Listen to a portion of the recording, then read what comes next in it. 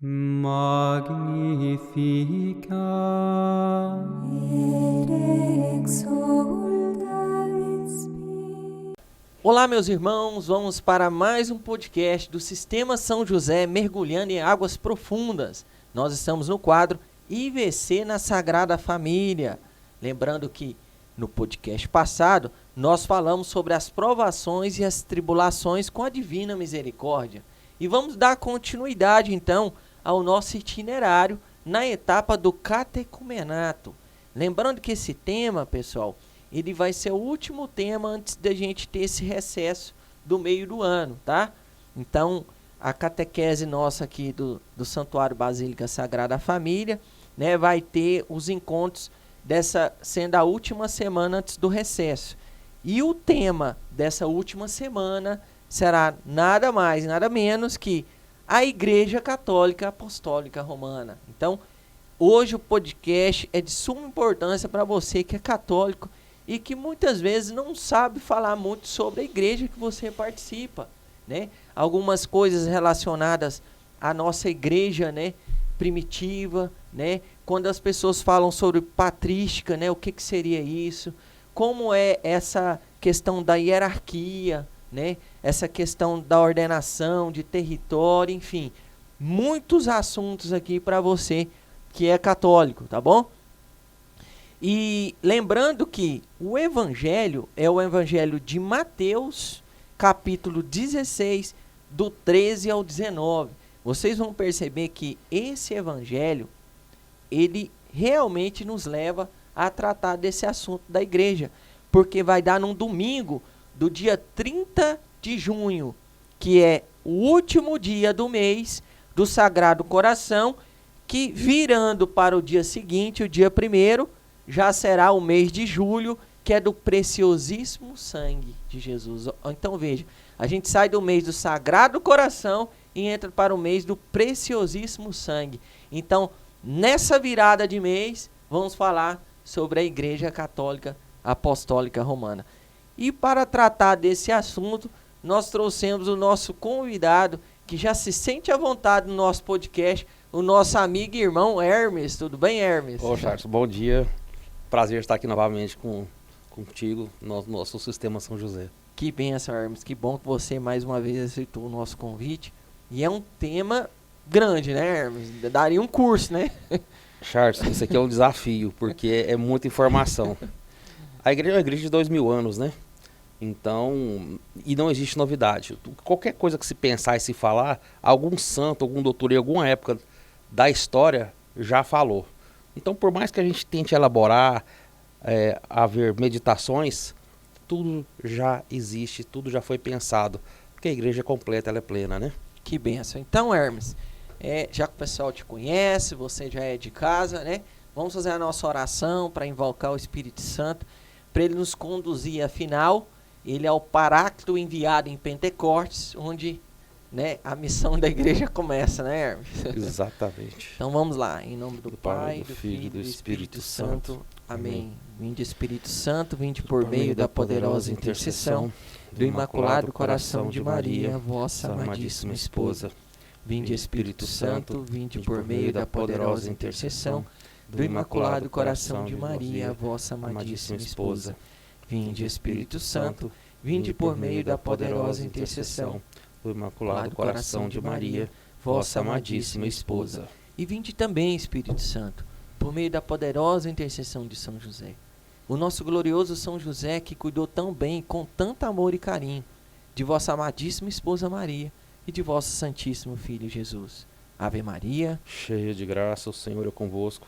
Bendita sois vós entre as mulheres, e bendito é o fruto do vosso ventre, Jesus. Santa Maria, Mãe de Deus, rogai por nós, pecadores, agora e na hora de nossa morte. Amém. Inspirai, Senhor, as nossas ações e ajudai-nos a realizá-las, para que em vós comece e para vós termine tudo aquilo que fizermos, por Cristo Senhor nosso. Amém. Em nome do Pai, do Filho e do Espírito Santo. Amém. Então, Hermes, a Igreja Católica Apostólica Romana, a qual nós participamos e a qual a gente pode afirmar com toda certeza que é a Igreja de Cristo, né? Querendo ou não querendo, é a Igreja que Jesus fundou, né, Hermes? E qual é a minha igreja? É o maior patrimônio da minha vida. Eu tenho orgulho de ser católico, apostólico, romano. É o bem mais precioso que eu tenho. Eu sou filho da igreja e eu amo a igreja. Então, enquanto filhos, sejamos obedientes, né, Charles? E vamos então ler o nosso evangelho Sim. dominical, que inclusive, né, olha que bênção, né? É no domingo onde se tem a festa de São Pedro e São Paulo. Nada mais, nada menos. As duas colunas da igreja. São Pedro e São Paulo. Então, você que está nos acompanhando já sabe o que tem que fazer, né? Vamos lá pegar a nossa Bíblia, lá em Mateus, capítulo 16, dos versículos do 13 ao 19. Mateus 16, versículos do 13 ao 19. Vamos lá, Hermes? Vou fazer a leitura para a gente aqui. Chegando ao território de Cesareia de Filipe, Jesus perguntou aos discípulos: no dizer do povo, quem é o filho do homem? Respondem uns, dizem que é João Batista, outros Elias, outros Jeremias, ou um dos profetas. Disse-lhe Jesus: e vós, quem dizeis que eu sou? Simão Pedro respondeu: és o Cristo, filho de Deus vivo. Jesus então disse-lhe: feliz és tu, Simão, filho de Jonas, porque não foi a carne nem o sangue que te revelou isso, mas o meu Pai que está no céu. Eu te declaro, tu és Pedro, e sobre essa pedra edificarei a minha igreja. As portas do inferno não prevalecerão contra ela. Eu te darei as chaves do reino dos céus. Tudo que tu ligares na terra será ligado no céu, e tudo que tu desligares na terra será desligado no céu. Palavra da salvação. Glória a Ó vós, Senhor. Senhor. Essa passagem ela é fantástica, e eu uso ela muito. Gosto demais dessa passagem. E casou perfeitamente, né, Charles? Com o tema, né? Então vamos lá. Ora, Cristo pergunta, né, aos discípulos, no dizer do povo. Ele primeiro quer saber do povo. Quem diz que sou, né? Aí eles dizem o seguinte, né? Uns dizem que é Elias, outros Jeremias, outro algum dos profetas. Então são chutes. São chutes. Eles não sabem. Ninguém bate o martelo. Ninguém bate o martelo. Então, ainda fala João Batista. João Batista era primo dele, conviveu junto. Um não pode ser dois. Então, veja o quanto eles estavam perdidos. Mas vamos lá. Aí a figura muda.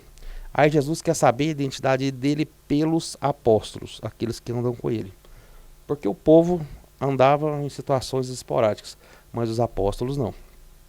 Então vamos lá. Simão Pedro respondeu: tu és o Cristo, filho de Deus vivo. E aí Jesus diz, né? Feliz és tu, filho de Jonas, que não foi nem a carne nem o sangue. Quer dizer, não é o lado humano, é o lado espiritual. É o próprio Pai. E ele continua, que revelou isto: mas meu Pai que está nos céus.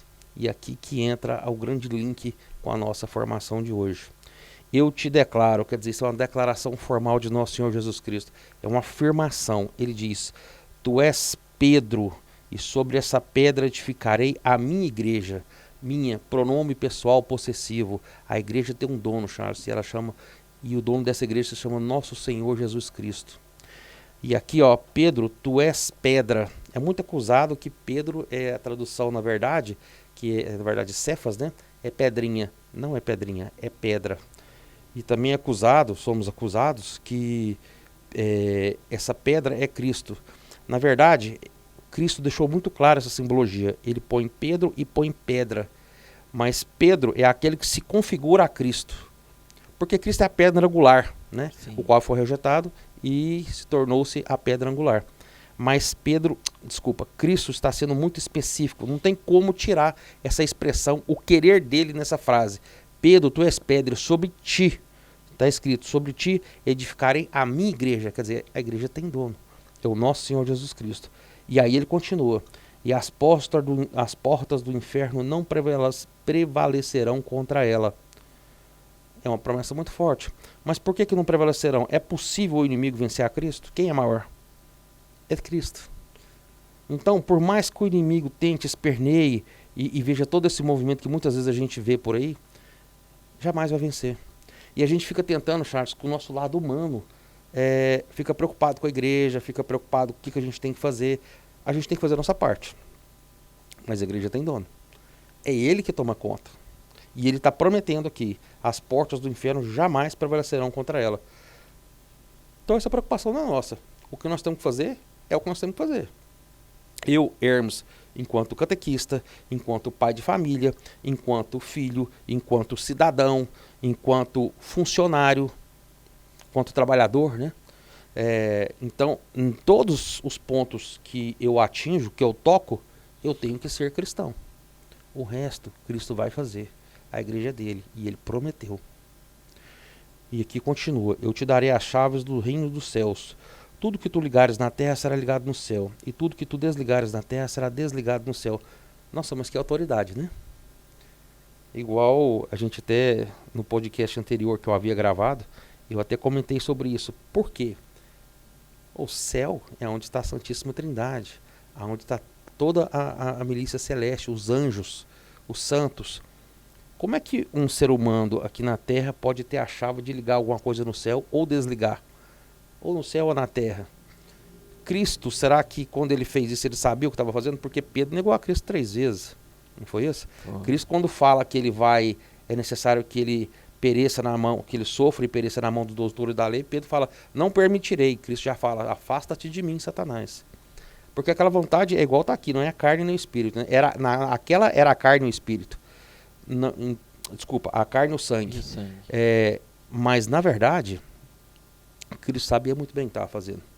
Porque esses discípulos que ficavam batendo cabeça, que ficavam brigando para ser a direita, quem sentava à direita ou à esquerda do Nosso Senhor, após Pentecostes, que é o batismo do Espírito Santo, tudo que eles falaram virou o Evangelho.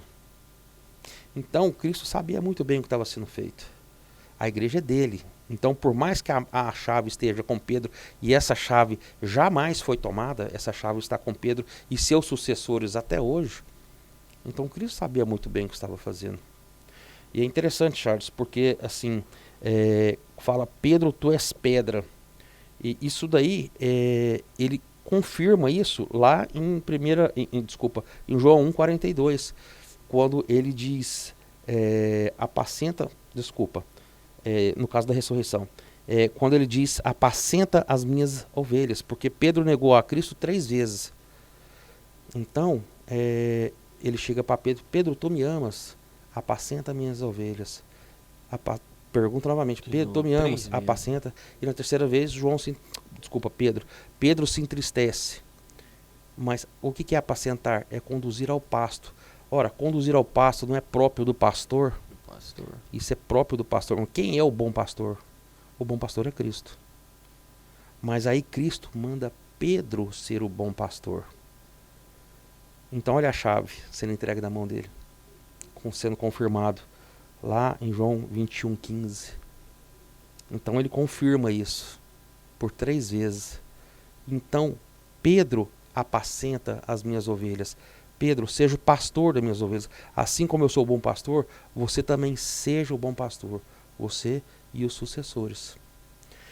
E aí, Charles, a gente estava falando aqui então da questão da Igreja Católica Apostólica Romana. Esse é o nosso tema. E é necessário que se entenda, porque veja bem, a gente está aqui com o Evangelho e o próprio Cristo está entregando a chave, está mandando apacentar o rebanho, conduzir ao pasto, que é próprio do pastor.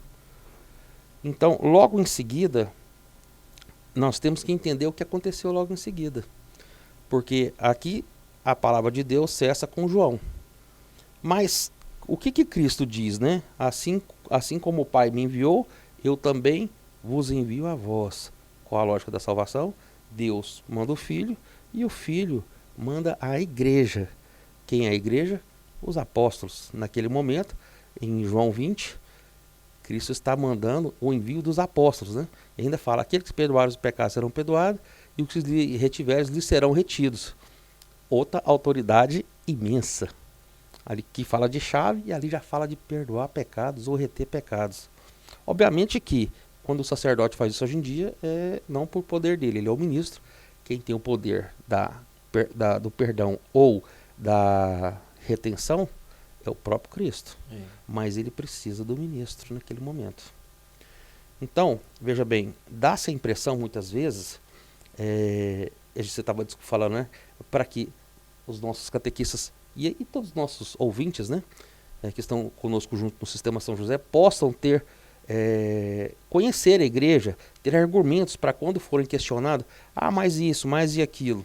Porque a impressão que se dá, Charles, é que, por exemplo, encerra com Apocalipse, aí vem o editor do tempo, corta, só vai haver história da igreja lá para 1500 para frente. Então, esse período aí fica obscuro. A igreja corrompeu, foi corrompida. A igreja foi corrompida. Mas como assim foi corrompida? Se o nosso Senhor Jesus Cristo está falando que as portas do inferno jamais prevalecerão contra ela, eu nunca vi Cristo prometer alguma coisa e deixar de cumprir. Toda promessa que ele fez, ele cumpriu. Então, se fala-se isso, não confia na promessa de Cristo. Não é isso? Aquela parábola da mostarda, do grão de mostarda. A menor das sementes vai crescer e se tornará a maior das hortaliças. Não é isso? Então é isso. Então, vamos lá. Então, a igreja é visível ou invisível? Porque tem-se que a igreja somos nós. Sim, a igreja somos nós. Mas não é apenas isso. Cristo funda a sua igreja. Acabamos de ver aqui. Pedro, tu és pedra, sobre ti edificarei a minha igreja. E edificar é construir. Construir. Edificar é construir. Você constrói uma coisa que não existe, uma coisa que não é sólida. Não, a construção, ela é real. Ela é real, Charles. Então, quando ele fala em construir, a igreja foi fundada por Cristo. Porque se não fosse fundada, se fosse só apenas igual nos é muitas vezes dito, que são assim, somos só a comunidade, as pessoas reunidas formam a igreja, aí tudo bem que exista hoje mais de 45 mil denominações cristãs.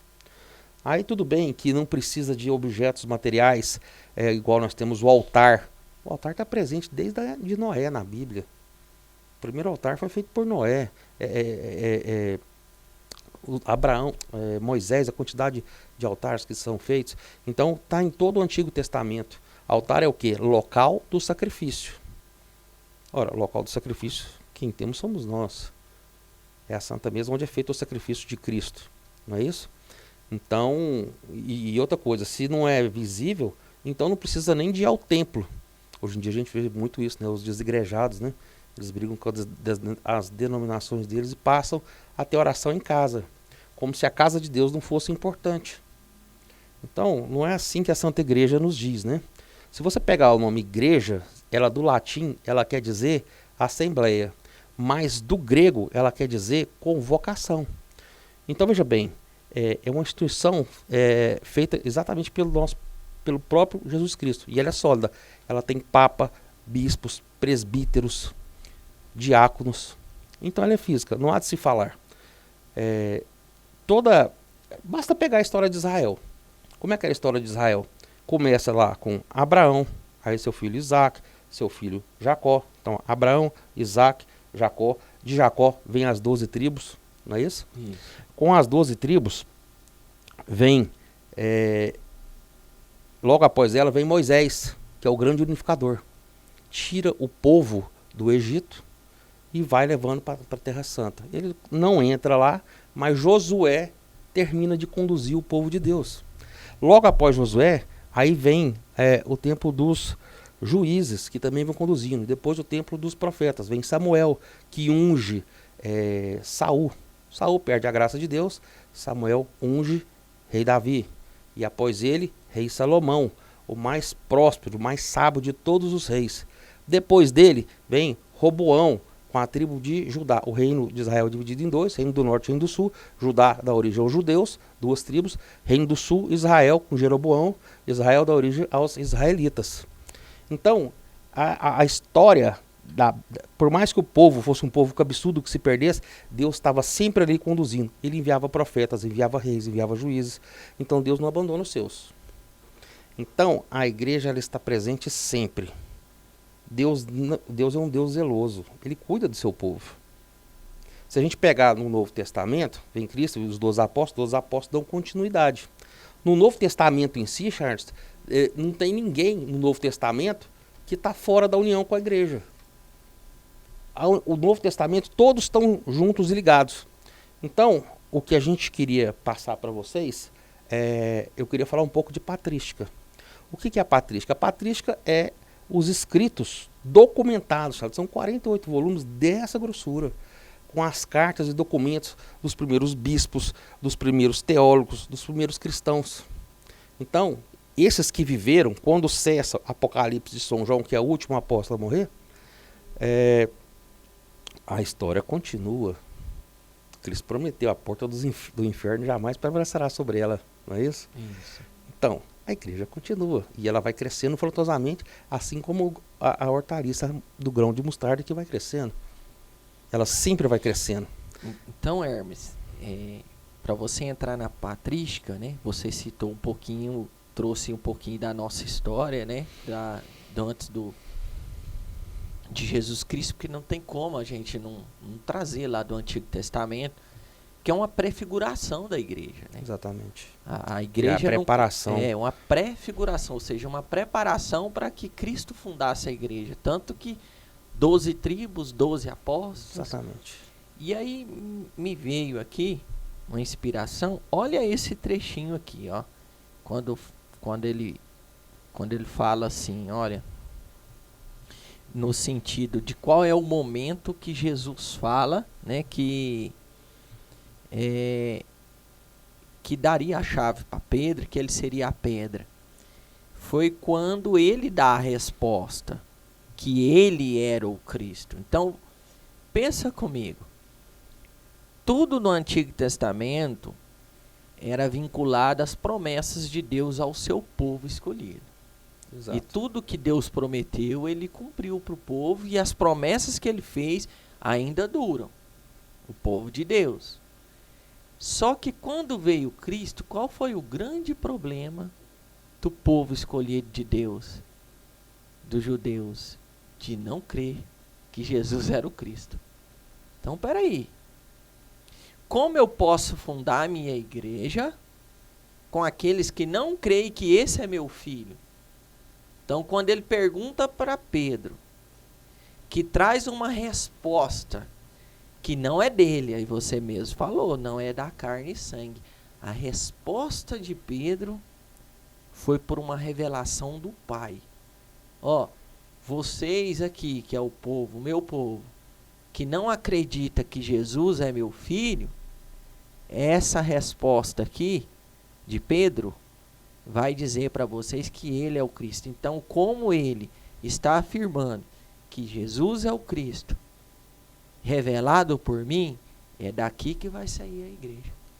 E é tão interessantíssimo que, por exemplo, a gente leu até o 19, né? No 20 diz assim, ó: depois ordenou aos seus discípulos que não dissessem a ninguém que ele era o Cristo. Presta atenção, Charles.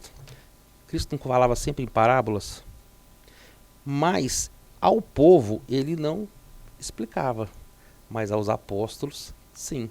Por quê? Porque a interpretação da Bíblia pertence à igreja.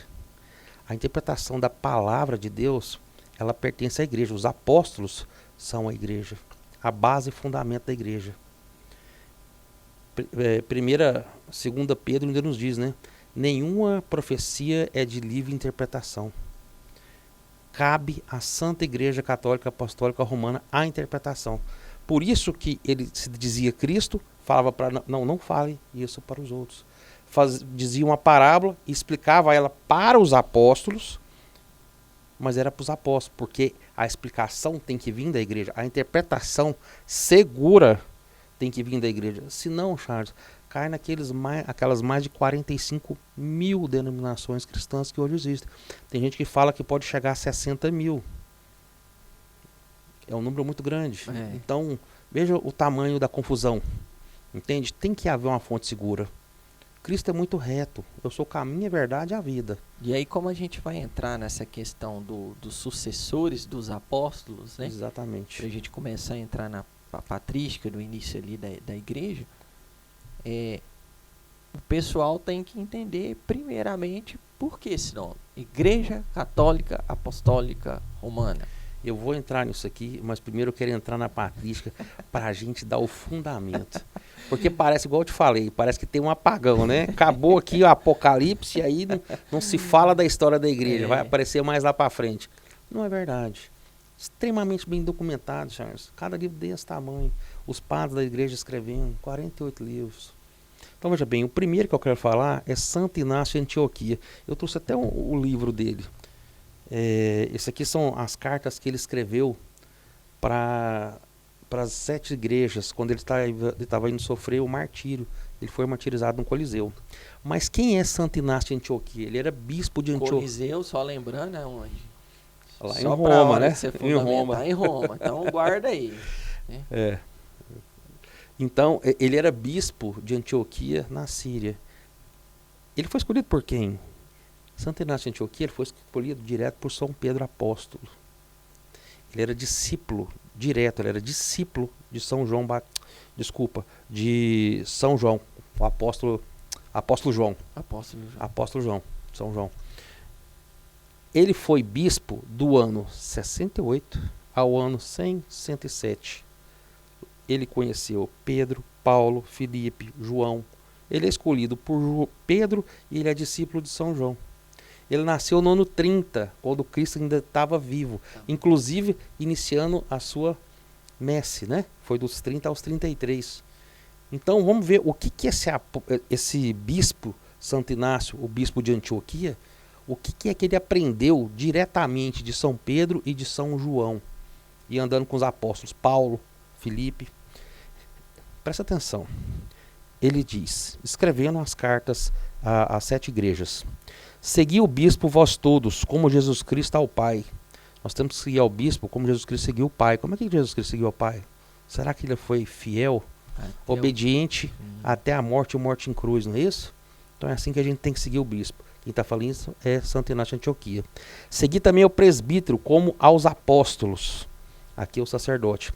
Respeitai os diáconos, como... Então ele falou do bispo, sacerdote e diácono.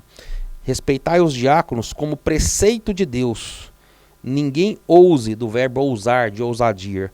Ninguém ouse fazer sem o bispo coisa alguma concernente à igreja. Como válida só se tenha a Eucaristia.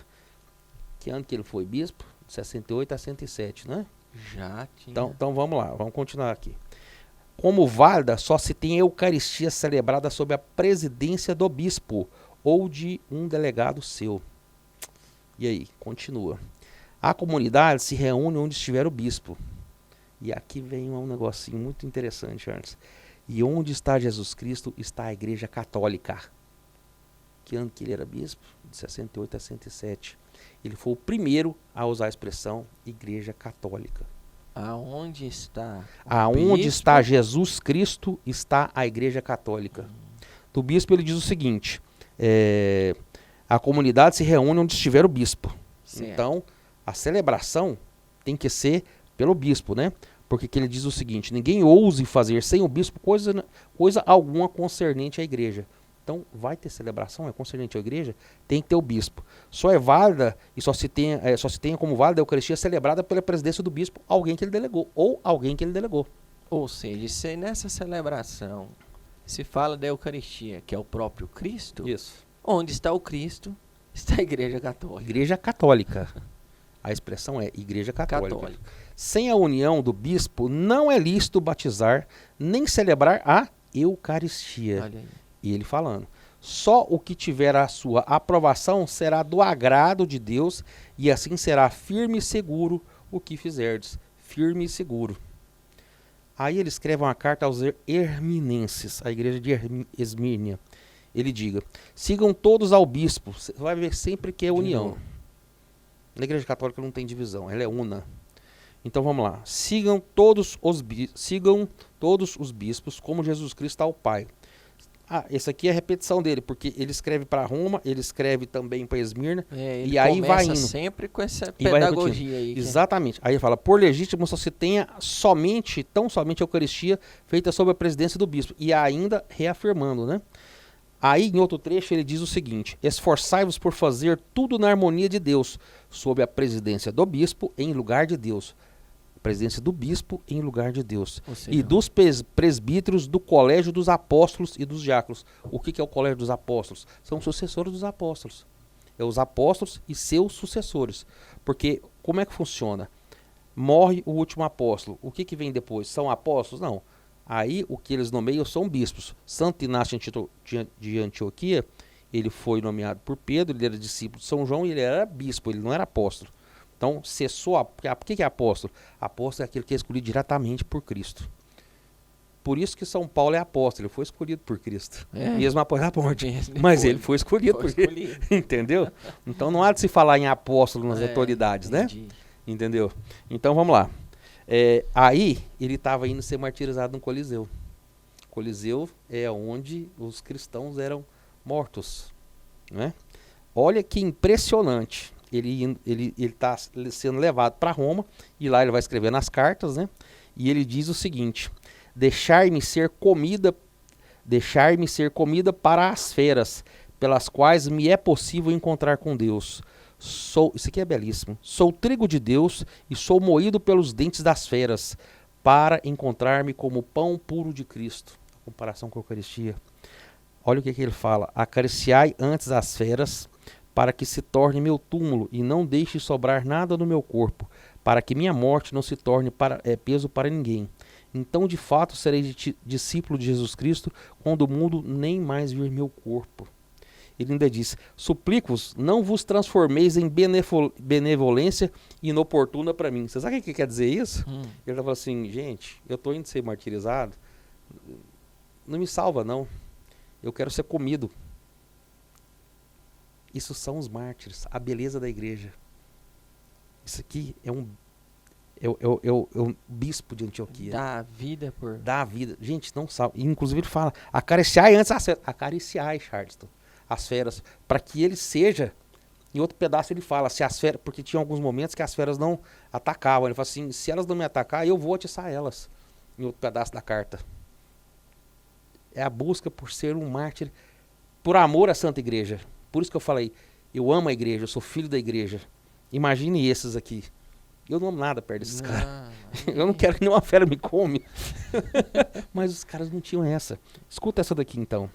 Essa daqui é a mais forte. E é ele, aqui na carta aos Herminenses. Aqui já é a igreja de Roma. Ficam longe da Eucaristia e da oração, porque não querem reconhecer que a Eucaristia é a carne do nosso Salvador Jesus Cristo, o qual procedeu os nossos pecados e a qual o Pai, na sua bondade, ressuscitou. Estes negam o dom de Deus, que dom de Deus? A Eucaristia, e encontram a morte na mesma contestação dele. Então aqueles que negam o dom de Deus encontram a morte. Tem como ser mais explícito que isso? Ficam longe da Eucaristia e da oração, porque não querem reconhecer que a Eucaristia é a carne do nosso Salvador Jesus Cristo. O que tem que se falar sobre isso, Charles? A gente fica até... O que ele fala sobre o primado de Roma? Ele diz o seguinte: Roma preside a igreja na caridade. Isso aqui na carta aos Romanos, no prólogo, logo no começo. Então, Roma preside a igreja na caridade. Charles, houve um problema na igreja de Corinto. A igreja de Corinto era cheia de problemas, né? Teve um filho que estava se deitando com a esposa do pai, isso deu um problema grande. Mas teve uns fiéis que eles foram expulsos sem motivo sólido. Então, a igreja de Corinto, ela vai recorrer a alguma autoridade. Ora, ela podia recorrer à igreja que estava na Mesopotâmia, a igreja de Mesopotâmia. Estava a 450 km de distância, não recorreu. Podia ter recorrido à Ásia Menor, que estava a 410, não recorreu.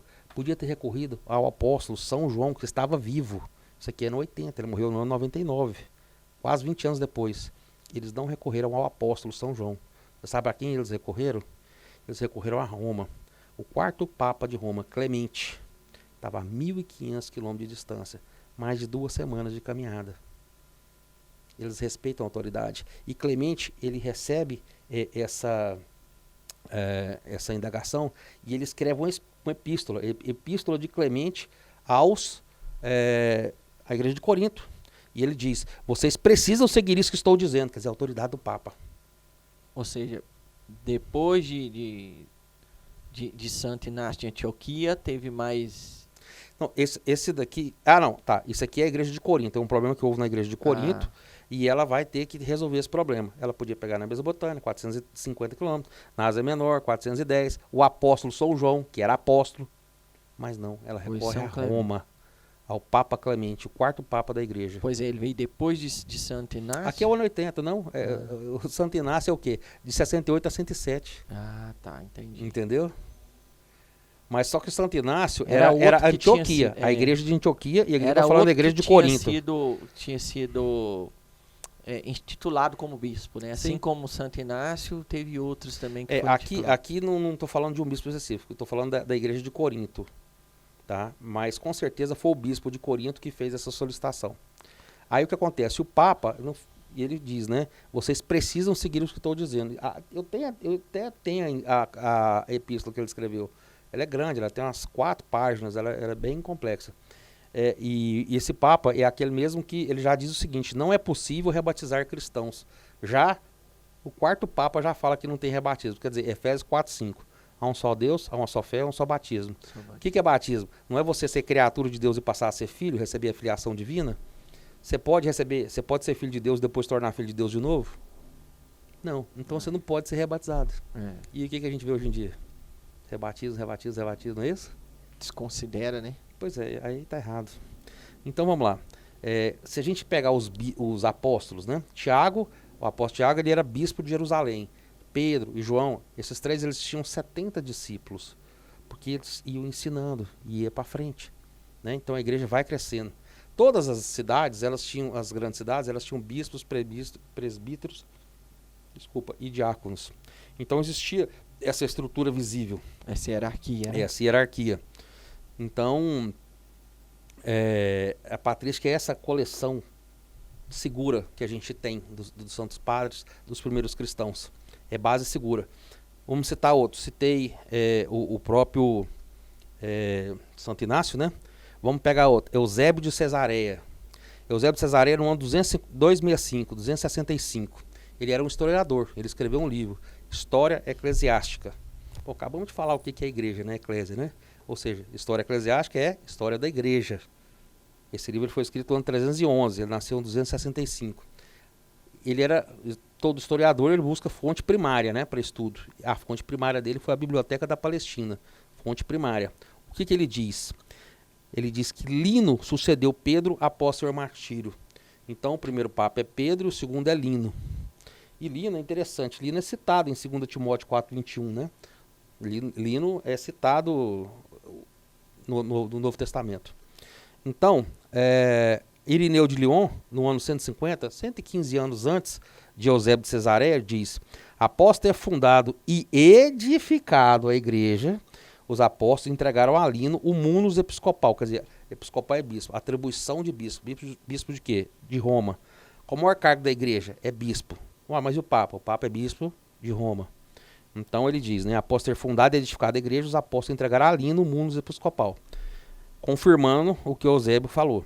Aí vem Orígenes. Orígenes é de Alexandria, na Cesareia. Ele era teólogo, o ano 253.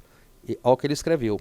Pedro, sobre quem está edificada a igreja de Cristo, contra a qual não prevalecerá as portas do inferno. Então ele coloca novamente que a igreja é edificada em Cristo. Isso é Orígenes, em 253. Eusébio novamente. Olha que interessante. Lino sucedeu a Pedro no munus episcopal em Roma, e em seguida ele foi sucedido por Anacleto, que teve como sucessor Clemente, que foi o 4º bispo de Roma. Então, documentado, papas Pedro, Lino, Anacleto e Clemente. Isso aqui são os primeiros cristãos, documentado. Clemente, ele está em Filipenses 4:3. Também tá no Novo Testamento. Tá? Então, essas coisas... E tem uma coisa interessante mais aqui, Charles. A gente que é catequista, a gente conhece, né? Se eu te falar de Didaquê, você sabe o que é. É o primeiro catecismo, né? Eu tive a curiosidade, Charles, de imprimir a Didaquê. E eu fiquei encabulado. A Didaquê, para quem não sabe, porque nós temos hoje o Catecismo de João Paulo II, né? Mas antes dele teve o de Pio X, antes teve o de Trento, mas o primeiro é da época dos apóstolos, é a Didaquê. Então os primeiros cristãos eram catequizados na época dos apóstolos. Ora, para você ter uma ideia, a Didaquê significa, né, ensino, doutrina, instituição. O nome que se dava na época é Instituição dos 12 Apóstolos, ou Doutrina dos 12 Apóstolos. É o nome da Didaquê. De que ano que ela é? Ela foi escrita mais ou menos no ano 90, o ano 90 e o ano 100. Entre 90 e 100. Então, para você ter uma ideia, ali estava sendo escrito 1º e 2º João e o Apocalipse. Ela talvez foi escrito antes disso. É antiga, direto dos apóstolos, né? Então, eu até queria pegar aqui. Elas são 16 capítulos. Aí eu teve uns pontos que eu queria ler, né? No capítulo 1 diz assim, ó: existem 2 caminhos, o caminho da vida e o caminho da morte. Há uma grande diferença entre os dois. Aí tem muitas outras coisas no capítulo 1.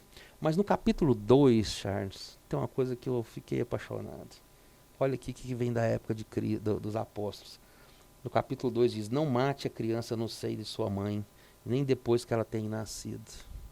Ixi. E agora? E agora, Charles? E agora? Ai, ai. E agora, meu irmão? Isso aí é a catequese. Essa aqui é a Didaquê. Esse aqui eu imprimi de né? catequese do primeiro cristão. No capítulo 4, né? Essa aqui é boa pra gente que é pregador. Lembre-se dia e noite daquele que prega a palavra de Deus para você. Honre-o como se fosse o próprio Senhor, pois ele está presente onde a soberania do Senhor é anunciada. No capítulo 4, esse é o caminho da morte. Aí fala de novo. Qual que é o caminho da morte? Ele fala muitas coisas, muitos crimes, né? E ele fala, são também assassinos de crianças. Então o caminho da morte, quem é assassino de criança, está no caminho da morte. Fala de novo. Batismo. O que é que a Didaquê falava de batismo? Batizar em água corrente, em nome do Pai, do Filho e do Espírito Santo. Se não tiver água corrente, batize com outra água. Aí que ainda fala, né? Se não puder batizar água fria, faça em água quente. Na falta de uma ou de outra, derrame a água 3 vezes na cabeça da criança. Na cabeça, né? Porque aqui não fala criança, porque batizavam adultos, né? Em nome do Pai, do Filho e do Espírito Santo. Ou seja, Charles, a matéria, que é a água, tranquilo, tem as opções aí, né? Mas a fórmula, ela não pode ser outra. Então, batizar a criança era... E tem que ser em rio somente, só por imersão? Não. Se não tiver... Gente, ele foi escrito do ano 80 ao ano 90. Na época dos apóstolos. Então, 3 gotinhas, não é isso que a gente faz hoje, Charles? Em nome do Pai, do Filho e do Espírito Santo? Então é assim que funciona. E se não acreditar nos apóstolos, não pode acreditar no Novo Testamento? Deixa eu te falar uma coisa, só existe igreja com sucessão apostólica. Se não tem, só existe uma igreja, né? Se não for igreja de sucessão apostólica, que é a igreja católica, as outras são comunidades eclesiais. O nome que se dá é comunidade eclesial. Entende? Então, Efésios 4:5. Há um só Deus, há uma só fé, há um só batismo. Fora disso, são comunidades eclesiais. Temos que respeitá-las. Tá? Porque Cristo fez uma promessa, e eu costumo acreditar nas promessas de Cristo. Ele diz, onde 2 ou mais estiver reunido, lá eu estarei. Então, aqueles que estão reunidos em Cristo, buscando a Cristo, ora, às vezes não está na situação ideal que seria a igreja católica, digamos assim, Cristo vai agir naquilo ali. Vai. Cristo vai agir. Ele prometeu, onde 2 ou mais tiverem o nome dele, ele vai agir. Tá? Então, e nenhum católico duvida disso. Tanto que a gente chama de irmãos. A gente não duvida São os disso. nossos irmãos separados. A gente não... Agora não dá pra engolir que a igreja católica não é a igreja de Cristo. Isso aí você está mostrando aí na patrística. Aqui quem está afirmando são os bispos. Pois é, os sucessores dos apóstolos diretos. Sucessores diretos. Exatamente. Na época que os apóstolos ainda eram vivos. Então, aqui nós temos carta de São Tiago, de São Pedro, ou seja, são os apóstolos inspirados pelo Espírito Santo escreveu. Então, algumas coisas eles escreveram, veio para a Sagrada Escritura. Por que aquilo que eles escreveram como cartas para as igrejas na época não vale? E vale só o que está aqui na Sagrada Escritura. Ou seja, aí começa aquela questão de que a tradição, ela gera a Sagrada Escritura. Exatamente. Ela é mais ampla do que o que está escrito. Nem tudo que foi revelado está escrito, senão não daria para escrever tudo. Não teria folhas para caber tudo isso. Está em então, duas partes do Evangelho não tem dessa jeito. forma. Então... Aí por isso que começa a fundamentar, né? Por isso você está indo na patrística aí para chegar nas definições. Por que é Porque, católica, Charles, apostólica romana? Aqui, quando a gente começa a estudar, e o estudo é viciante, né, cara? A gente vicia nisso. A gente começa a enxergar verdades e ver qual que era a realidade mesmo. Ah, fala-se tanto. Então vamos estudar. Gente, formação é tão fácil. A gente consegue. É tranquilo, você pode comprar um livro, você pesquisa na internet, você vai entender, você vai procurar patrística e vai entender, você tem acesso. A gente busca a verdade. Não é querer empurrar nada, né, o Hermes? Mas assim, se você, às vezes, não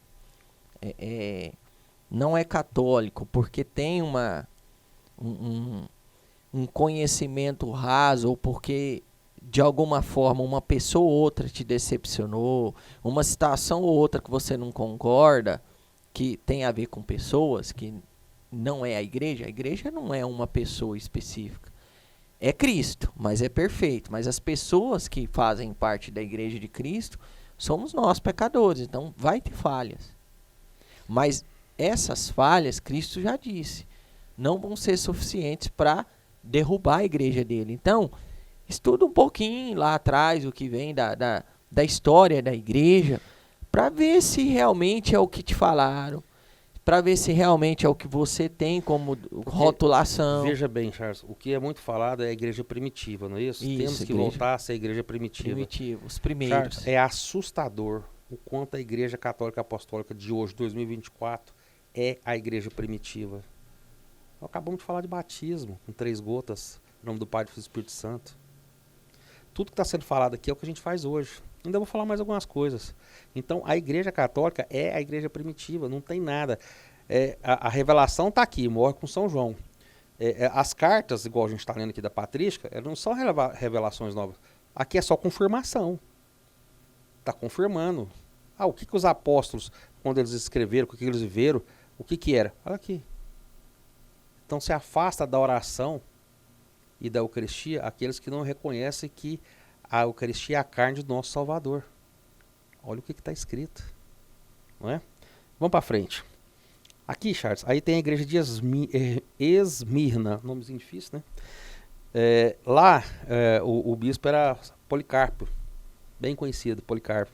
Ele também foi martirizado. E olha só que interessante, a gente está falando que a igreja católica é a igreja primitiva, então tá bom, vamos falar de relíquia. Aí, o que aconteceu? Ele morre, e aí os soldados começam a guardar o corpo dele, com medo do povo da igreja pegar o corpo dele, para poder começar a adorar como se fosse um deus. Mas eles queriam pegar uma porção daquelas relíquias. Por que a igreja estava querendo, a igreja de Esmirna, quando o seu bispo falece, por que elas estavam querendo frações do seu corpo? Para ter porções de relíquias. Um santo, né? Então, ele diz, né? Os romanos tinham medo, isso aqui é a carta da igreja. Os romanos tinham medo do povo começar a adorar o corpo de Policarpo, mas eles ignoravam que jamais poderíamos abandonar a Cristo, que sofreu pela salvação dos redimidos, e a nenhum outro podemos adorar. Aí, Charles, isso aqui tem que ser lido, porque é documento, né? Nós adoramos Jesus por ser filho de Deus. Quanto aos mártires, nós amamos os santos. Com razão, entre discípulos e imitadores do nosso Senhor, para que possamos também nos tornar seus companheiros e condiscípulos. Mais tarde recolheremos seus ossos. Escuta essa. Mais preciosos do que pedras preciosas de grande valor. Mais preciosos do que ouro. Os ossos de São Policarpo. E os depositamos em local adequado. O respeito, o zelo, né? Pelas relíquias. E quando o Senhor permitir, se for possível, ali reuniremos a Santa Missa, a fim de celebrar o natalício do seu martírio em memória daqueles que precederam na luta. Festa do Santo. Festa dos Santos, no dia da morte dele. Por que natalício do seu martírio? Porque quando ele entra no céu, é o nascimento do santo no céu. Isso era a igreja primitiva, Charles. A igreja primitiva tinha relíquia, tinha celebração do natalício, a festa do santo, o dia do santo. A igreja católica é a igreja primitiva. Assustador, não é? É. Quanto é configurado. Quanto mais a gente estuda, mais a gente se apaixona pela nossa Santa Igreja. Então, e aí é interessante, Charles, porque São Policarpo ele foi martirizado no Coliseu também. Que lá era o lugar, né? E o que acontece? Ele foi martirizado com fogo. Mas quando jogaram fogo nele, que ele pegou fogo, criou uma abóboda, igual lá no livro de Daniel. E ele não foi consumido. O imperador ficou furioso, porque aquele fogão, mas o fogo gerou tipo uma bolha, uma abóboda. E ele não sofreu nada. O imperador manda o Carrasco jogar uma lança em cima de São Policarpo. Ele joga e atinge São Policarpo. No que atinge, sai tanto sangue, mas tanto sangue, que o sangue apaga imediatamente o fogo. Ele morreu, mas olha só, a proteção, e quando vem a lança, apaga o fogo imediatamente. Outra coisa, na igreja primitiva, o celibato era praticado livremente. Então existe o celibato. Que hoje é muita coisa, os padres têm que casar, por que não casam? Não, isso era comum. Naquela época era comum, eles ofereciam em sacrifício, né? Então, era muito comum. Dionísio, no ano 200, ele dizia o seguinte: os santos estão sentados ao lado de Cristo, são partícipes do seu reino, julgam com ele e com ele professam sentenças. Isso aqui está escrito em Apocalipse 24. Apocalipse capítulo 20, versículo 4, é isso aqui que está escrito. Então é Dionísio no ano 200, falando que os santos estão sentados do lado de Cristo, são partícipes do seu reino e julgam com ele. Quer dizer, não estão dormindo. Eles estão vivos e atuantes no céu. Isso é a igreja primitiva. Como é que é a nossa igreja hoje? Mas não tá na Bíblia, Hermes. E aí? Está na Bíblia, Apocalipse 20, capítulo 4. Ah, tá. E se não tivesse na Bíblia, Hermes? Magistério, tradição e Sagrada Escritura. A gente vai entrar lá. Então vamos lá. Eusébio diz, né? Eu falei de Dionísio, agora eu vou falar de Eusébio. Sabemos que... Olha aqui que legal. Olha aqui que legal, Charles. Eusébio dizendo, Eusébio de Cesareia, ano 265. Sabemos que foram pintados e preservados ícones em cores dos apóstolos Pedro, Paulo e do próprio Cristo, demonstrando a todos a veneração que os homens de outrora e os atuais dedicavam aos homens santos, porque eles eram amados de Deus. Aqui está falando idolatria, está falando culto. Não, é veneração, respeito. Por quê? Porque eram homens santos, que eram amados de Deus. Eusébio ainda nos vai nos dizer, Charles, que nas liturgias, nas reuniões, que é a Santa Missa, cantava-se salmos, e os fiéis escutavam em silêncio, e no final repetiam a última parte do salmo. Que igreja que a celebração tem um rito do canto do salmo e repetição? A igreja católica. Isso aqui é a liturgia da igreja católica, Charles. Isso aqui é a liturgia da igreja católica.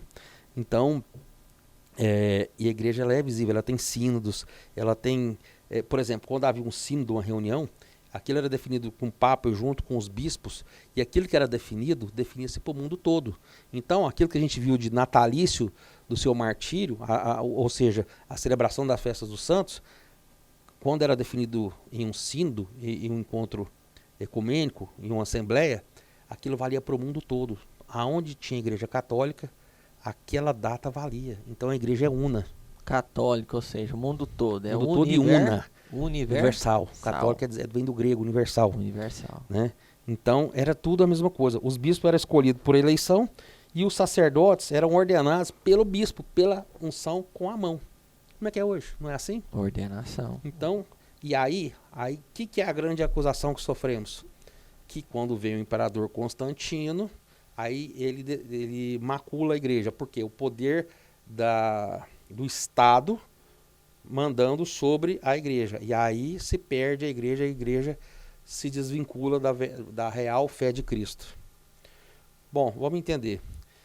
O que aconteceu na época de Constantino? Primeiro que o último imperador antes dele foi Diocleciano, né? Diocleciano foi terrível, porque se você pegar desde Nero para frente, todos os imperadores, eles caçavam os cristãos de forma terrível. E eles queriam, Charles, eles buscavam as cópias dos livros da Bíblia. Dos textos. Dos textos. Eles buscavam os textos. Então, eles torturavam e martirizavam de forma horrível, porque eles sabiam que se acabasse com os textos da Sagrada Escritura, que mais tarde a tradição da igreja ia dizer qual era o cânon, eles acabariam com o cristianismo. E os cristãos sabiam disso. Então, primeiro que eles não negavam a Cristo, segundo que eles não entregavam a Escritura. Então, eles eram martirizados por todos os imperadores, até Diocleciano, das piores formas possíveis. Mas terrível, arrancava a pele, jogava em cima da chapa de brasa quente. Era coisa de outro mundo. Então, e aí ele morre e vem Constantino como imperador. Constantino, houve uma batalha, a batalha contra Magêncio, foi a batalha da ponte Milvia. O dia foi 28 de outubro de 312, perto de Roma. O que acontece?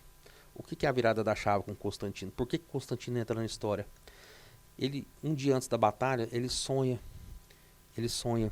e ele vê uma cruz. E na cruz está escrito assim, ó, in hoc signus vinci, latim, que quer dizer, com esse sinal vencerás. Sabe que sinal que era? Ele viu um sinal na cruz, que era o cristograma, aquele PX, que é as duas primeiras iniciais de Cristo em grego. Então, com o sinal de Cristo, vencerás. Isso em cima da cruz. Ele vai para a batalha e vence. E de noite ele sonha com o nosso Senhor Jesus Cristo. E o Senhor Jesus Cristo entrega uma cruz para ele. Mas Constantino, ele não se converteu imediatamente. Mas aquilo muda a história. Porque ele, na verdade, ele era um pagão. Ele acreditava no Deus Sol Invictus. E, na verdade, ele só foi batizado no final da vida dele. Mas ele, no ano 313, ele lança o Edito de Milão. O Edito de Milão, ele não transformou Roma, o cristianismo, em religião oficial de Roma. Ele deu liberdade de culto aos romanos. Então, toda aquela opressão que havia com os imperadores, até Diocleciano, até Tertuliano fala, né? Tertuliano falava, o sangue dos cristãos são sementes o sangue dos mártires são sementes dos novos cristãos. Uhum. Quanto mais se matava, mais parecia cristão, né? Mas com Diocleciano não, ele quase conseguiu acabar. Aí ele morre de uma forma terrível, e aí vem Constantino, que Cristo aparece, mostra em sonho o sinal, com esse sinal vencerás, né? Em cima da cruz, e de noite aparece para ele em sonho e entrega uma cruz. Ora, então, ele vai, lança o Edito de Milão, permite o culto, então acaba toda essa tragédia da perseguição dos cristãos. Inclusive, a mãe, vamos pegar por aqui, ó, o Constantino. Existe o Santo Constantino? Não. Mas a mãe dele era Santa Helena, não é? A mãe dele era uma santa. A mãe dele é aquela que foi lá em Jerusalém, trouxe inúmeras relíquias, inclusive a cruz de Cristo. Foi Santa Helena que descobriu a cruz de Cristo em Jerusalém e trouxe para Constantinopla. Né? Ela foi santa. Constantino não foi santo. Ele era pagão. Ele foi ser batizado no final da vida dele. Quando ele fez o Edito de Milão, apenas 10% da população era cristã. Então, não era tanto peso. Mas só que acontece também, Charles, tem outra questão importante aí. A mãe dele era cristã, Santa Helena.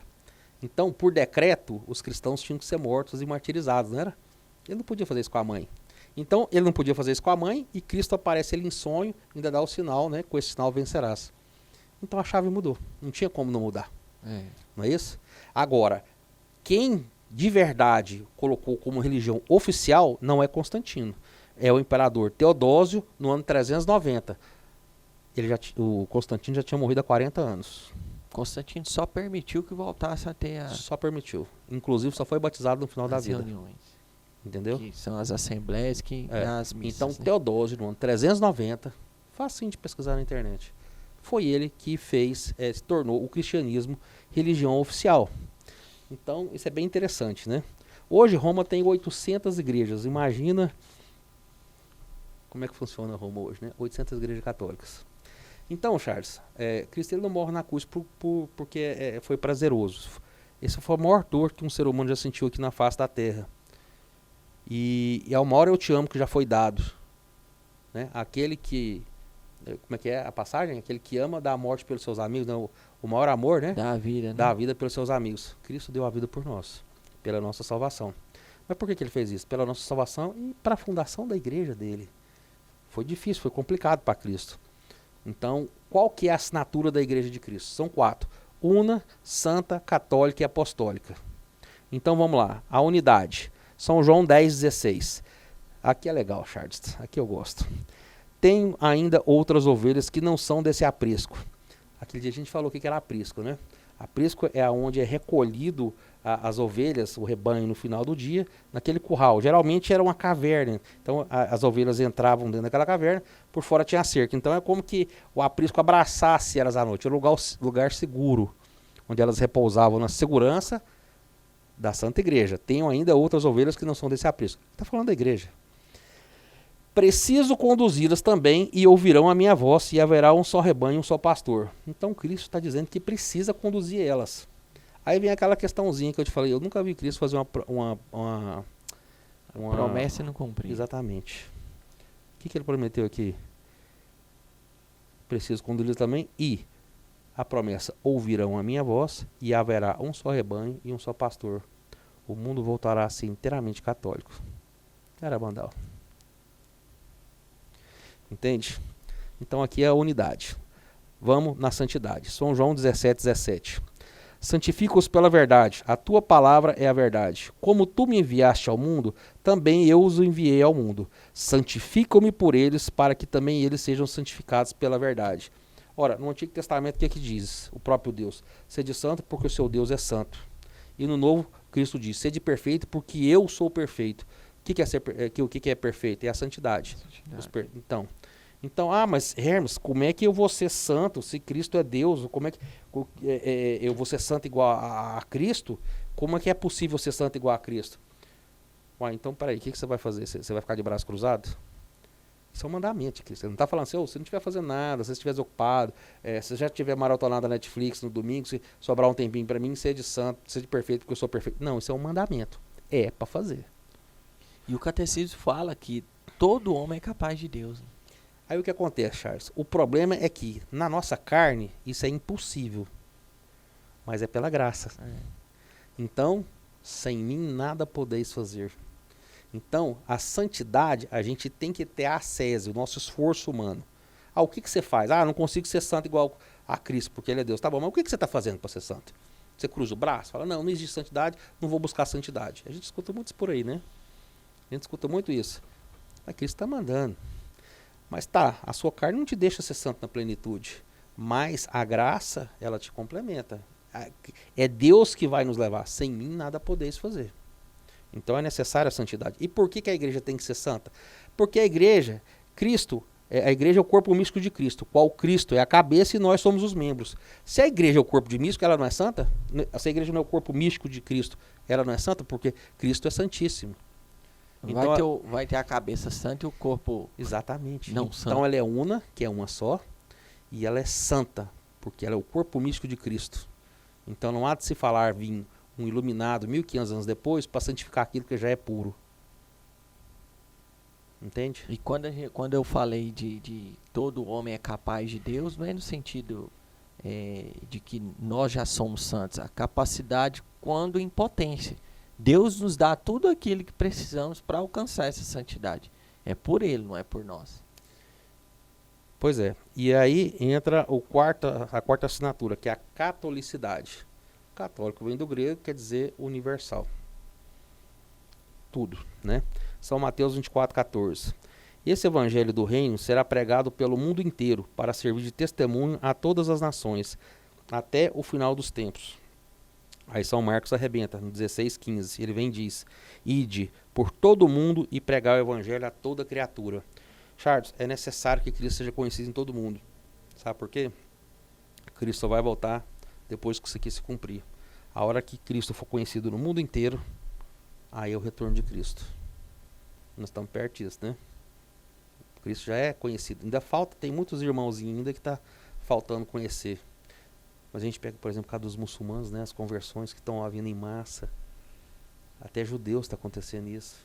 Nossos irmãos separados na fé, a quantidade absurda deles que estão voltando para a barca de Pedro.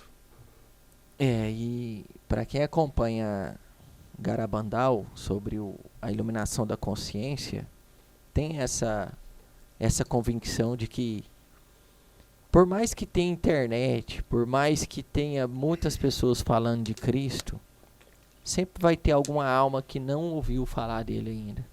Então, qual é a única certeza que Deus vai ter de que toda alma conheceu a Ele? Por meio de algo sobrenatural. Então, essa iluminação da consciência, ela vai agir na consciência de toda a alma. Exatamente. Depois desse aviso, todas as almas vão saber quem é Jesus para poder escolher.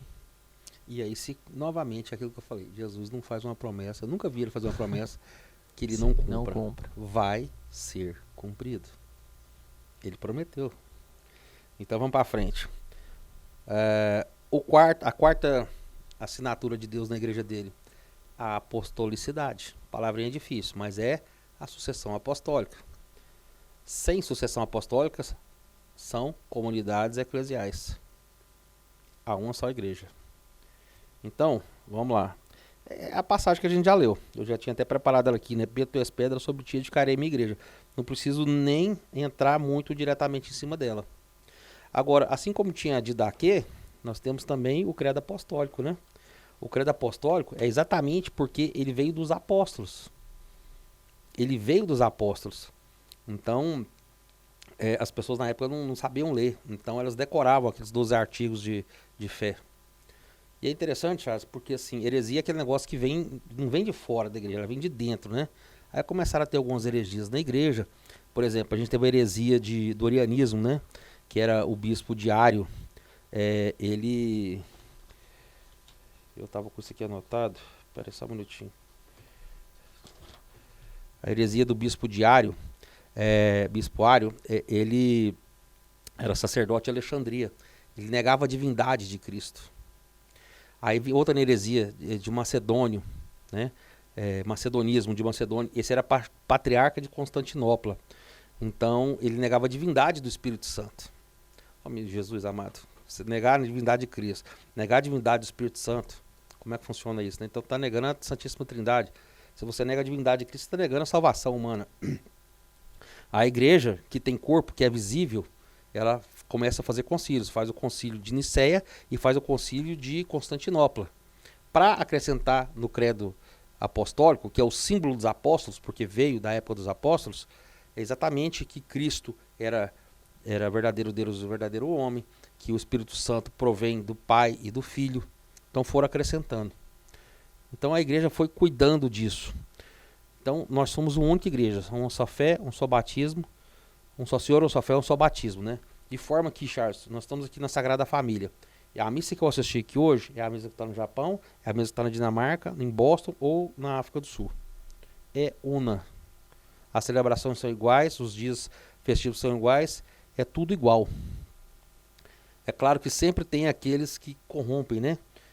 A igreja de Cristo. Se a gente pegar os 12 apóstolos, tinha Judas, né? Mas nas passagens dos evangelhos, ele vai tratar do trigo e do joio, não é isso? Que ele nem vai colher o joio antes, para não ter perigo de sacrificar algum trigo.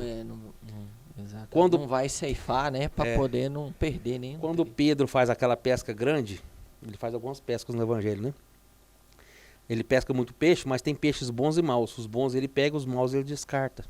Na festa das núpcias, o noivo convida os convidados. E os convidados, alguns deles, chegam sem as vestes nupciais. O que ele manda fazer? Manda expulsar e queimarão no fogo do inferno. Então, assim, vai chegar o momento da colheita. Então, essa é a cruz que Cristo carrega. Aquela questão de sempre ter pessoas que são... corrompem a igreja, né? Aquela parábola da mostarda é muito interessante, sabe? Porque diz que os ramos crescem frondosamente, né? Vamos comparar com da videira, né? O ramo para dar fruto não tem que estar ligado à videira que é Cristo? Tem. Não tem? Então os ramos crescem frondosamente. O que é esse crescer frondosamente? É exatamente isso. Os apóstolos e os bispos vão por todo mundo pregando o evangelho frondosamente, para que as árvores em repouso na sombra, quer dizer, na segurança. Então essa é a igreja de Cristo. Não é uma igreja que vai, depois de 1.500 anos, vai precisar de um reformador, porque ela está toda corrompida. Você vai limpar aquilo que já é puro? A igreja é o corpo místico de Cristo Santíssimo. Existem pessoas, né, E é interessante, que Charles. são impuras, e todos nós somos impuros e precisamos de purificação. Sim. E aí, veja bem, quando a gente fala de santos, né, a gente comenta de santos aqui, igual a gente está falando de patrística, desses mártires, né, que eles falam que os ossos de São Policarpo são mais preciosos do que, ouro, que joias preciosas de alto valor. Então a gente tem aquela alegria de partilhar de santos, eles são sempre falados, relembrados, são atuantes, são atuais no nosso meio, não é isso? E Lutero? Lutero repousa no mais absoluto silêncio. Ninguém fala dele. No meio protestante ele é muito pouco conhecido. Não é quase nada falado. O amor de Deus não habita. Porque como é que é aquela passagem? Você não pega o candelabro e põe debaixo da cama. Você põe em cima do alqueire onde ilumina, não é isso? Por que tem essa silêncio absoluto em cima de Lutero? É exatamente isso. Então, meu amigo, é isso que acontece. Os papas, São Pedro, Lino, Anacleto, Clemente, Evaristo, Alexandre. E aí, se a gente pegar na internet, os 266, com início e fim. Charles, é tão interessante, do início e fim dos papados, né? Os 25 primeiros papas foram todos martirizados. Todos. Tinha papa que ficou 2 anos na igreja. Então a certeza absoluta que eles tinham, que quando eles eram eleitos papas, é que eles seriam mortos, martirizados. Eles tinham essa certeza, era certeza. Os 25 primeiros foram todos martirizados. E ninguém voltava atrás. Os 35 primeiros foram santos. Interessante, né? Os 35 primeiros foram santos. E eu queria ler uma passagem aqui de Apocalipse 21, que diz o seguinte... Uma passagem muito bonita, né? Levou-me em espírito a um grande e alto monte e mostrou a cidade santa de Jerusalém, que descia dos céus, junto de Deus, revestida da glória de Deus. Assemelhava-se seu esplendor a uma pedra muito preciosa, tal como jaspe cristalino. Tinha grande e alta muralha com 12 portas, guardada por 12 anjos. Na porta estava gravado o nome das 12 tribos de Israel. A oriente havia 3 portas, setentrião 3 portas, sul 3 portas e o ocidente 3 portas, os 4 cantos do mundo. E aí diz, a muralha da cidade tinha 12 fundamentos com o nome dos 12 apóstolos do Cordeiro. A fundação da igreja, essa igreja que tanto é falada, que vem do céu, é apostólica. Tem que ter sucessão apostólica. Tem que ter. Igreja católica, apostólica romana. Então, a assinatura é una, santa, católica e apostólica. E a gente acabou de falar sobre isso aqui agora. Até porque Cristo, quando ascendeu ao céu, subiu para o Pai, precisava ter continuidade. Assim como Essa o Pai vos enviou, eu também vos envio. É porque ele morre. Mas aí também os apóstolos morrem. Então, E também e nós vamos precisa dar morrer. continuidade. E tem que continuar. Sempre tem que continuar. É aí onde a gente entra na questão da hierarquia da igreja, né? A questão da hierarquia. Precisa ter. Então, quando você vê hoje a igreja, quando você fala papa, você fala bispo. Então, para as pessoas entenderem, nós temos na ordenação 3 graus de ordenação, né? Primeiro grau, diácono, segundo grau, presbítero, e o terceiro grau, o episcopado, que é os bispos. Então, desses 3 graus, nós temos alguns títulos especiais, mas não deixam de estar dentro desses 3. Exato. Né? Então, quando a gente pensa em diácono, a gente exige o diácono permanente e o transitório.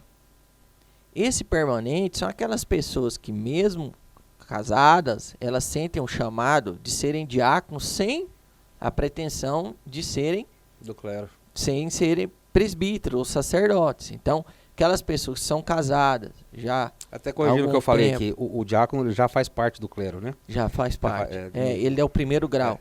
Então, o diácono, o permanente, por exemplo, eu sou casado. Então, se eu tiver um período já casado, eu tiver a iniciação à vida cristã, ou seja, os três sacramentos da iniciação à vida cristã, e tiver um estudo mínimo que é pedido, eu posso me tornar um diácono, mas é o diácono que permanente, porque eu jamais serei um sacerdote. O sacerdote não. Ele vem do diácono, que é aquele transitório, ou seja, eu estou estudando para ser sacerdote e passo pelo diaconato transitoriamente para virar um presbítero. Uhum. E aí, quando a gente fala em presbítero, a gente está falando dos padres, Exatamente. né? É claro que os presbíteros também têm outras titulações, né? Por exemplo, monsenhor. Ah, eu já vi falar que ele é monsenhor. Ele é um padre. Só que ele tem uma ele é um presbítero, né? Padre e monsenhor. Os dois são presbíteros. Mas o monsenhor, ele tem um título um pouco especial pelo que ele viveu, pelo que ele fundou. Por exemplo, o monsenhor Jonas Abib, pelo que ele fundou, né? A questão da Canção Nova e tudo. Então, são titulações, mas está dentro do presbiterato, certo?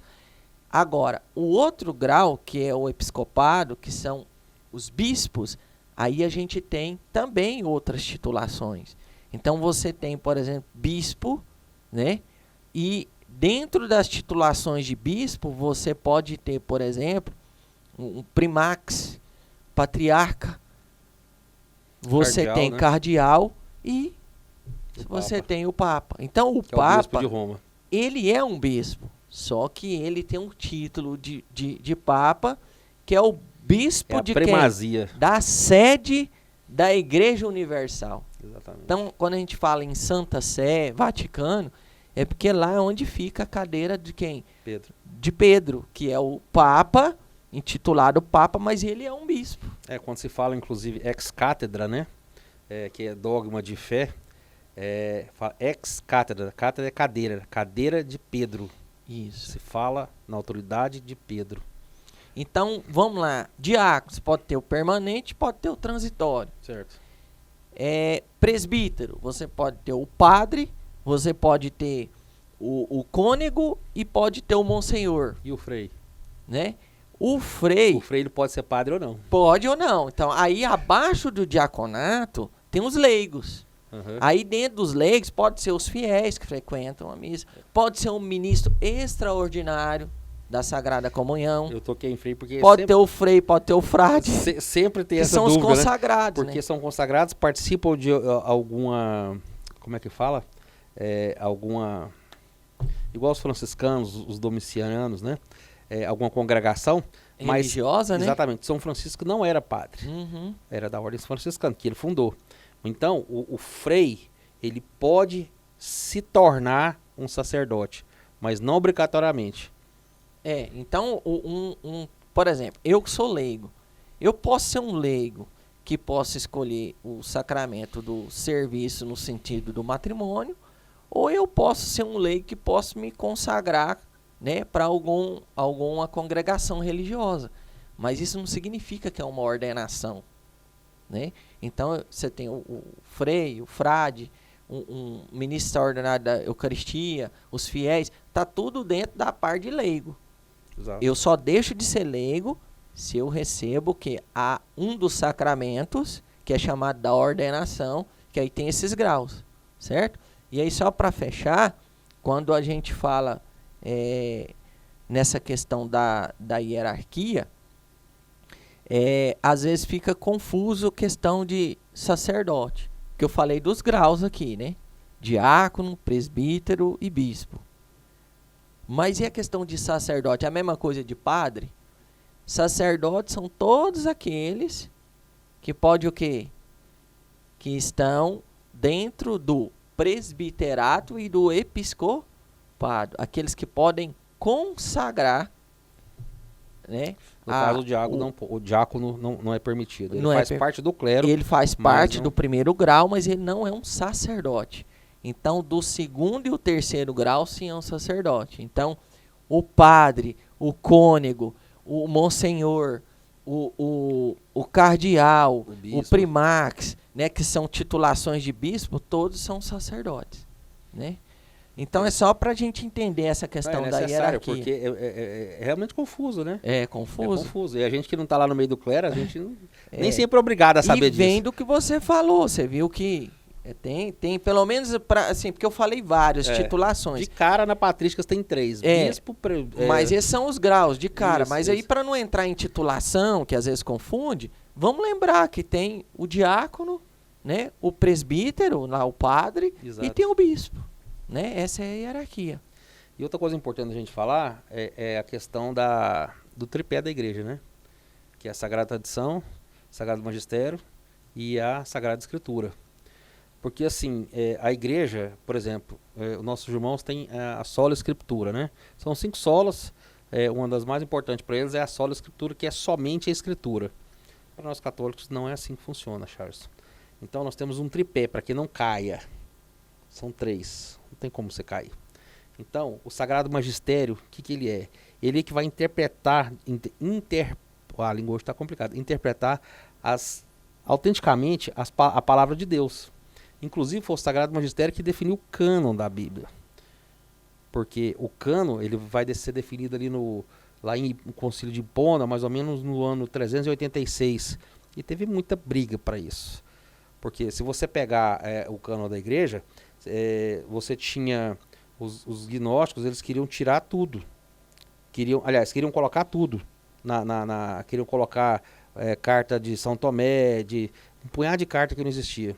Marcião, era um outro que estava atuando, ele queria tirar o Antigo Testamento todo, que falava que era um Deus mau.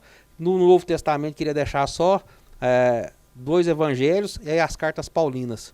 Aí entra a igreja e diz, não, o cânon da Bíblia será esse. Do Antigo Testamento é a Septuaginta, que é a versão dos 70 sábios de Israel, de 70 sábios, né? E do Novo Testamento os 27 livros, que inclusive estão na totalidade, tanto na nossa Bíblia quanto na Bíblia protestante. Então eles aceitam o cânon dos nossos bispos para o Novo Testamento na integralidade. Testamento, que vem da sucessão dos apóstolos. Na integralidade. A tradição é a autoridade da igreja, né? Aquela ação que vai transmitir de forma fiel a revelação divina. É a tradição da igreja. E a escritura, ela é o seguinte, Charles, ela está conectada no magistério e na tradição. Porque senão, vai aquilo que eu te falei em 2 Pedro, né? Nenhuma profecia é de interpretação pessoal. O Cristo falava por meio de parábolas, mas só ensinava para os apóstolos. Por quê? Porque é a igreja que ensina. Então cabe a ela. Se eu pegar o magistério, você tem ordinário e extraordinário. O que é o ordinário? É o exercício contínuo, onde tem os dogmas, e é feito com o Papa em união com os bispos que estão em união com o Papa.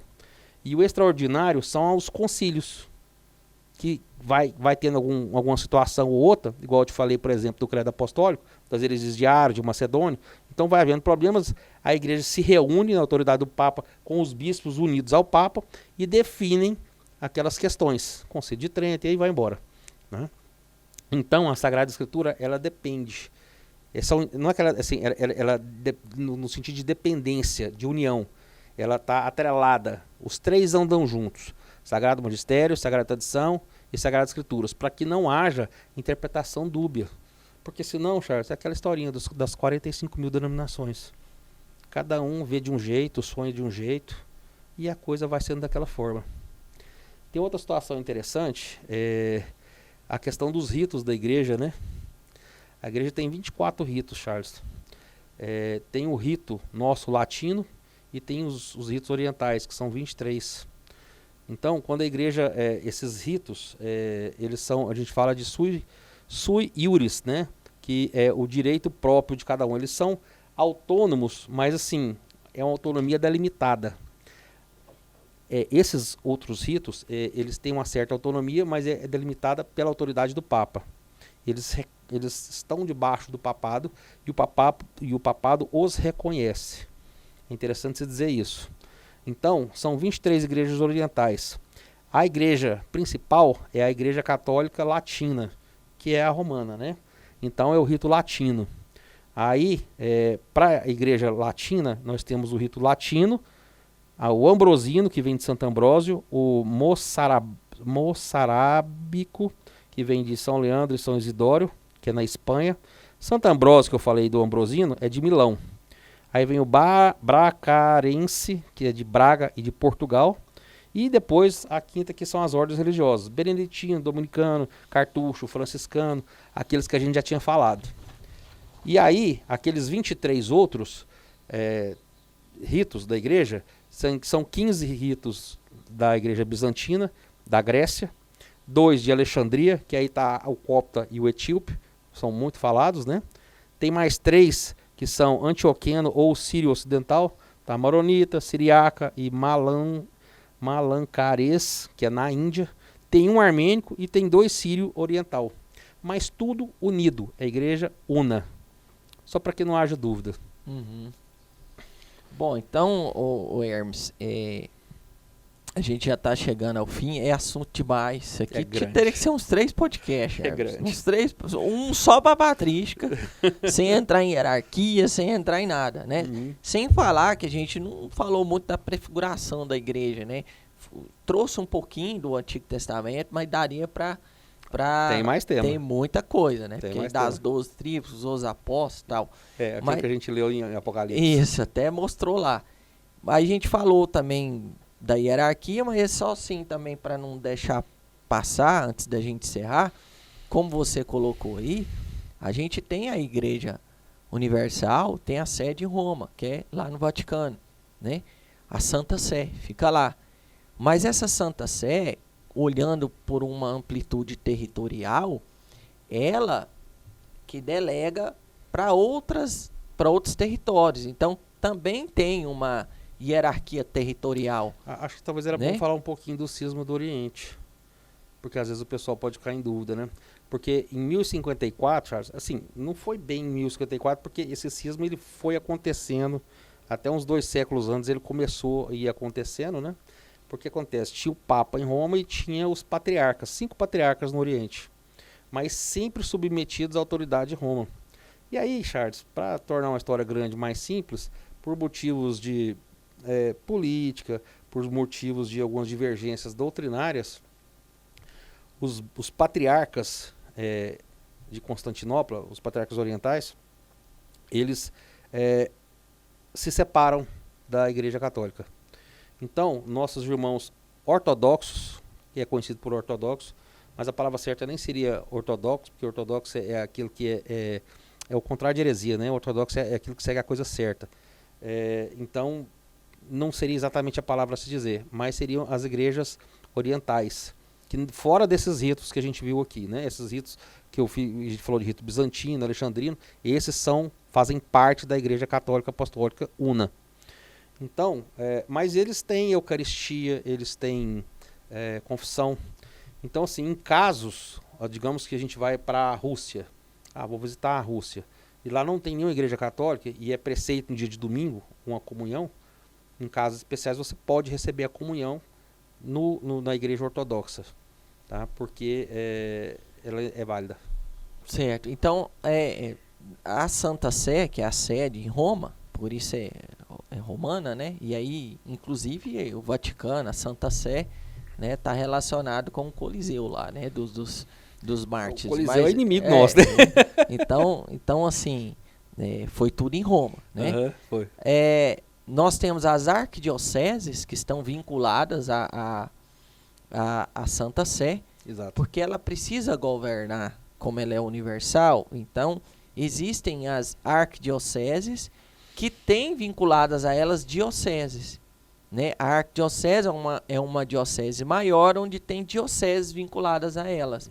E vinculadas às dioceses, nós temos as paróquias, que é onde na paróquia a gente fala que nós temos o pároco, né? Então, só para a gente entender que para que haja essa hierarquia com relação a pessoas, também tem uma organização com relação a território. A Santa Sé, arquidioceses, dioceses e paróquias, né? E aí é onde entra também essa questão das igrejas, né? A gente fala, essa é uma basílica.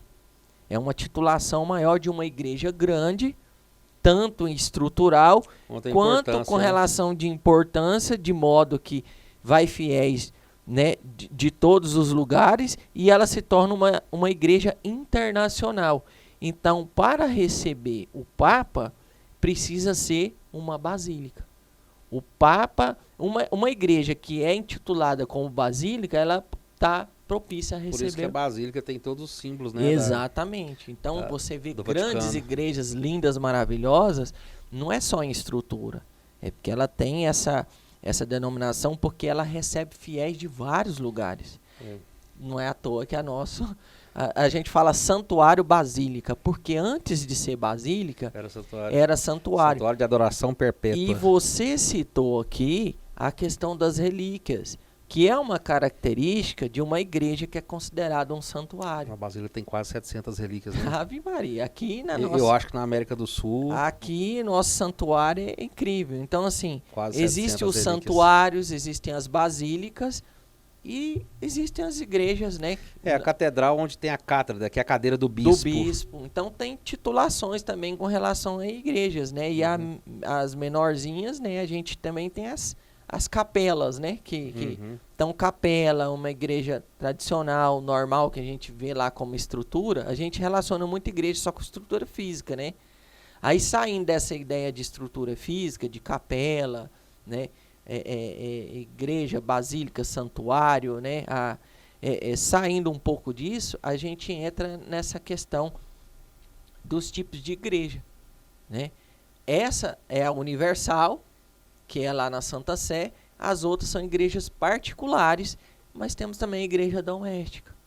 A gente chama de igreja doméstica, que é a ideia de igreja, porque você falou que a definição de igreja ela vem com relação à assembleia, reunião. Assembleia, convocação. Então, convocação. Então, quando você se reúne em família para rezar, ali é considerado uma igreja E não pode doméstica. ser esquecido, né? A igreja doméstica é de extrema importância, né, Charles? Porque tudo começa na família. Na verdade, existem as únicas duas instituições criadas por nosso Senhor Jesus Cristo é a igreja e a família. Então, igreja doméstica. E aí tem como exemplo quem? A Sagrada Família, que é o nome do nosso santuário basílica, né? Exato. Hermes, eu sei que você preparou muita coisa ainda, mas eu vou deixar você fazer um desfecho, porque talvez tenha alguma coisa aí que você, não, mas isso aqui eu tenho que falar. Então, eu vou deixar esses últimos instantes para você, porque assim, fazendo um apanhado geral, você nos fundamentou assim, por que que é chamada Igreja Católica Apostólica Romana e por que que ela é una, santa, né? Católica e apostólica. Trouxe da patrística isso e fundamenta o porquê que tem que ter essa questão do apostólico, nos falou os pilares, né? Sagrada Escritura, Sagrada Tradição, né?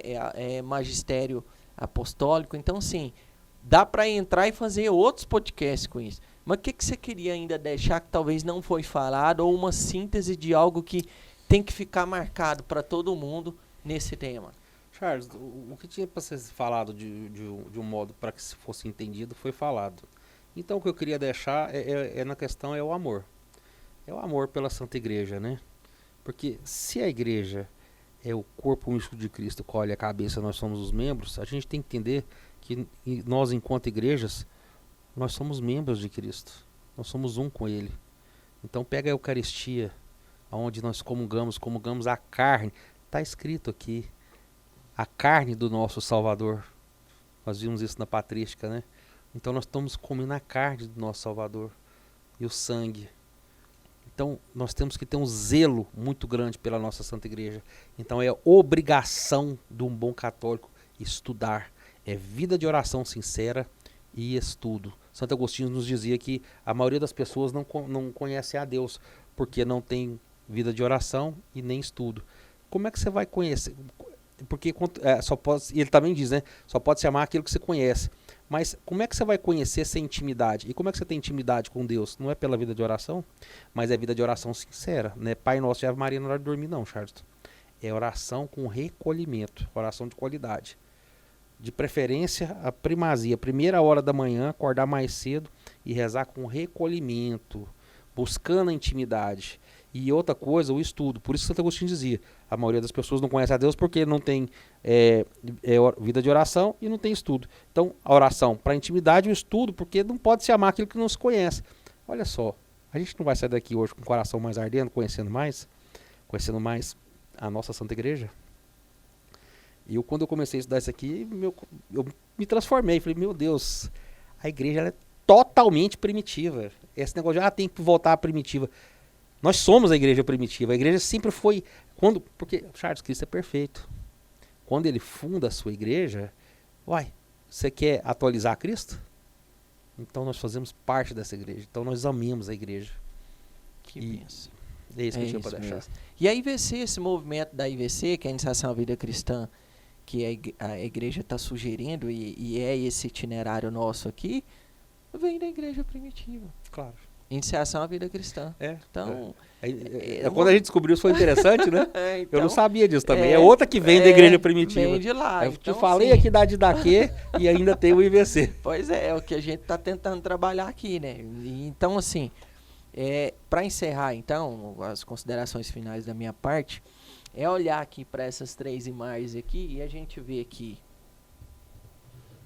Jesus Cristo, que é o quê? O fundador da igreja, que é a cabeça. Ele que fundou a igreja, todos nós fazemos parte desse corpo, né? Por isso é uno, igual você falou. E um detalhe, toda parte do corpo ela tem sua importância, porque senão não é um corpo perfeito. Então, se você pensa que você é menor ou menos importante do que o outro, não importa o papel que você faça dentro desse corpo de Cristo. Se você é a unha, se você é a mão, se você é o pé, Você faz parte. Ele é a cabeça. Então, se ele é a cabeça, nós somos membros, significa que Cristo, sendo a cabeça da igreja, essa igreja, assim como Cristo, tem o quê? Tem uma mãe. Se Nossa Senhora é a mãe de Cristo e Cristo é a cabeça da igreja, então está provado que Nossa Senhora é a mãe da igreja. Exatamente. Ela é a mãe de Cristo. Então ela é a mãe da igreja, porque Cristo é a igreja. Então ela é a mãe da igreja, porque é a mãe de Cristo. E aí não pode ficar de fora, porque São José é quem? Ele é o padroeiro universal da igreja. Então está aqui, né, a Sagrada Família,